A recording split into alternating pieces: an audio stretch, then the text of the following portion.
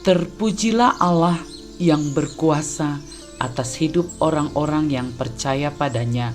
Hari ini, Rabu 21 Januari 2026. Para pendengar Renungan Oasis Fajar, sebelum kita membaca firman Tuhan, mari terlebih dahulu kita berdoa. Bapa di sorga, kami datang kepadamu memohon pengertian atas firman-Mu.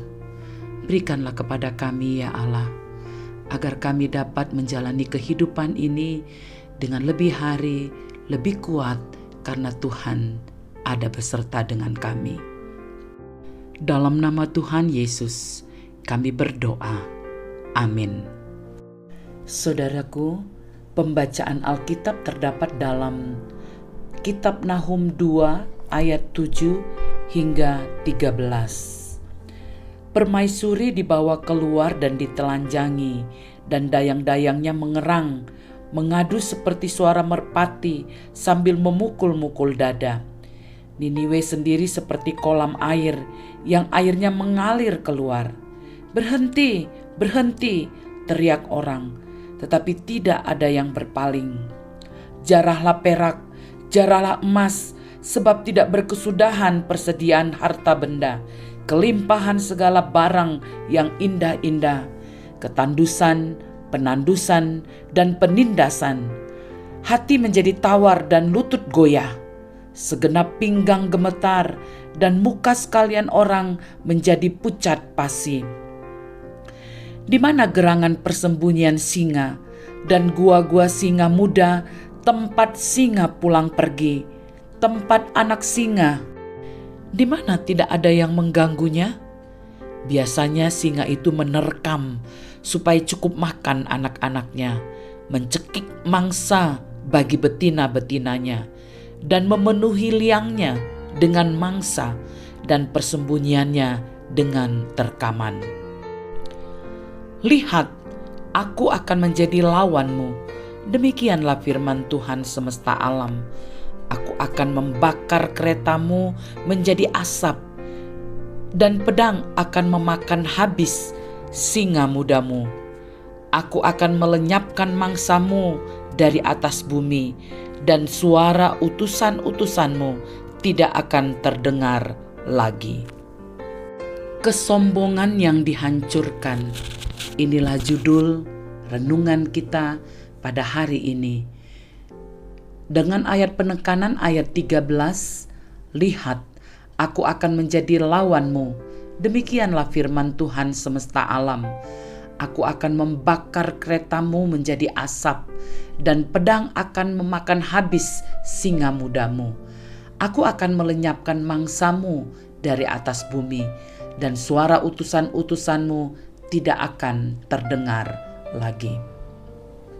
Saudaraku, dalam dunia ini yang paling dibanggakan adalah kekuatan dan keberhasilan.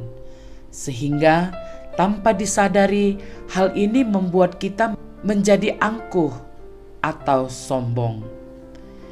Di hadapan Allah, kesombongan atau keangkuhan adalah awal dari kehancuran. Kota Niniwe adalah contoh bahwa sebesar apapun kekuatan atau kekuasaan, tidak ada yang bisa melampaui kuasa Tuhan. Ketika manusia hidup dalam kesombongan, maka Allah yang Maha Kuasa akan bertindak, menentang, dan akan menghancurkan kekuatan mereka. Mengapa? Karena kuasa Tuhan lebih besar dari apapun yang ada di dunia ini. Ayat 13 dari pembacaan hari ini memiliki pesan inti. Aku akan menjadi lawanmu. Betapa sangat mengerikan ketika Tuhan sendiri yang melawan. Sebab manusia yang sombong akan direndahkan, dan orang yang angkuh akan ditundukkan. Hanya Tuhan saja yang maha tinggi pada hari itu. Tidak ada kekuatan yang dapat bertahan jika Tuhan sudah menjadi lawan. Apa yang dulunya tampak megah, terkenal akan lenyap ketika Allah menyatakan kuasa-Nya. Saat manusia memuliakan diri, melupakan kasih dan kebenaran Tuhan, maka penghancuran bukan sekadar kemungkinan. Itu pasti datang pada waktunya. Niniwe yang dulu ditakuti, kini hanya menjadi reruntuhan. Sebuah peringatan bagi kita bahwa Tuhan tidak akan membiarkan kesombongan terus bertahta.